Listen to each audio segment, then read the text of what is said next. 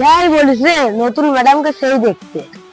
আরে ওই ক্লাসটা করার জন্য আসি, গোলাপি চুড়িদার পরেছিল দেখেছিস?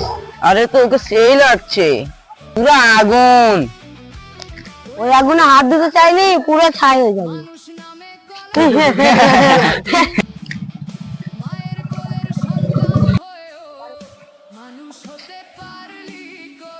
এই আম্মা, এটা ফাঁসি আছে নতুন মাল না?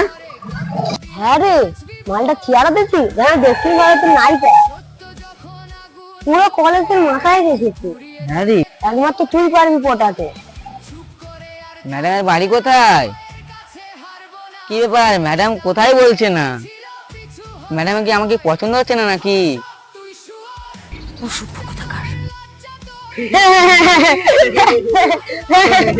দেখি স্যার, তুই পটাতে পারবি না, আমি একবার চান্স তুলে দেখবি। ননসেন্স। আরে তুমি অত রেগে যাচ্ছ কেন? আমরা একই ক্লাসে পড়ি, একটু বন্ধুত্ব হতে পারে। দেখেন, আপনার সাথে বন্ধুত্ব করার কোনো ইচ্ছা আমার নেই। আপনি আমাকে ডিস্টার্ব করবেন না। আরে ইচ্ছা হয়ে যাবে, একটু সুযোগটা দাও। হাত ছাড়েন, জানোয়ার কোথাকার।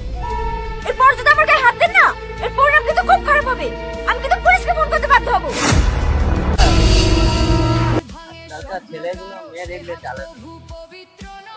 শুধু ছেলেদের দই দিলে হবে, আজকালকার মেয়েগুলোর ড্রেস গুলো দেখো না, অসভ্য মেয়ে একটা, ডিসকাস্টিং। করো ফোন, তোমার জন্য 1000বার মরতে রাজি। এসব আপনি কি বলছেন? হাত ছাড়েন, আপনি কি পাগল হয়ে গেছেন নাকি? হ্যাঁ, আমি পাগল হয়ে গেছি, তোমার রূপ দেখে না, সত্যি আমি পাগল হয়ে গেছি। ও দাদা, দেখেন না, এই ছেলেটা আমাকে জ্বালাচ্ছে।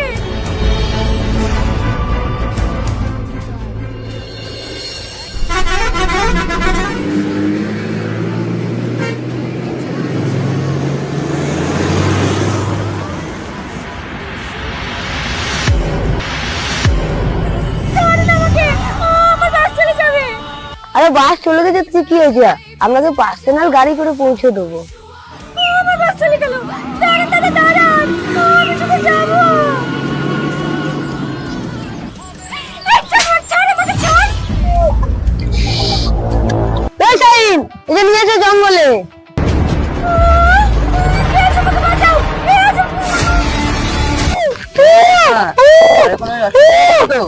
আরে না না, কোনো অসুবিধা হবে না, আমার চাচা এমএলএ।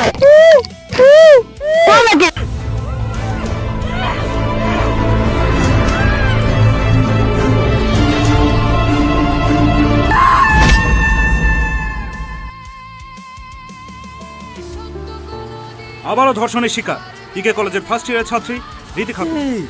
এই মেয়েটা তো সেই বাস স্ট্যান্ডের মেয়েটা। খবর সূত্রে জানা গিয়েছে গতকাল বাস স্ট্যান্ড থেকে কিছু দুষ্কৃতীরা জঙ্গলে টেনে নিয়ে গিয়ে একের পর এক নির্মমভাবে অত্যাচার করে তাকে হত্যা করেছে। পুলিশ তদন্ত করছে, এখনো পর্যন্ত খুনিদের কোনো হদিশ পাওয়া যায়নি। আর কতদিন চলবে এই অত্যাচার? মা বোনেরা কি আজ কোথাও সুরক্ষিত নয়? কি করছে আমাদের সরকার? জবাব চাই জনতা। বিচার চাই, বিচার চাই, বিচার চাই। বিচার চাই, বিচার চাই, বিচার চাই।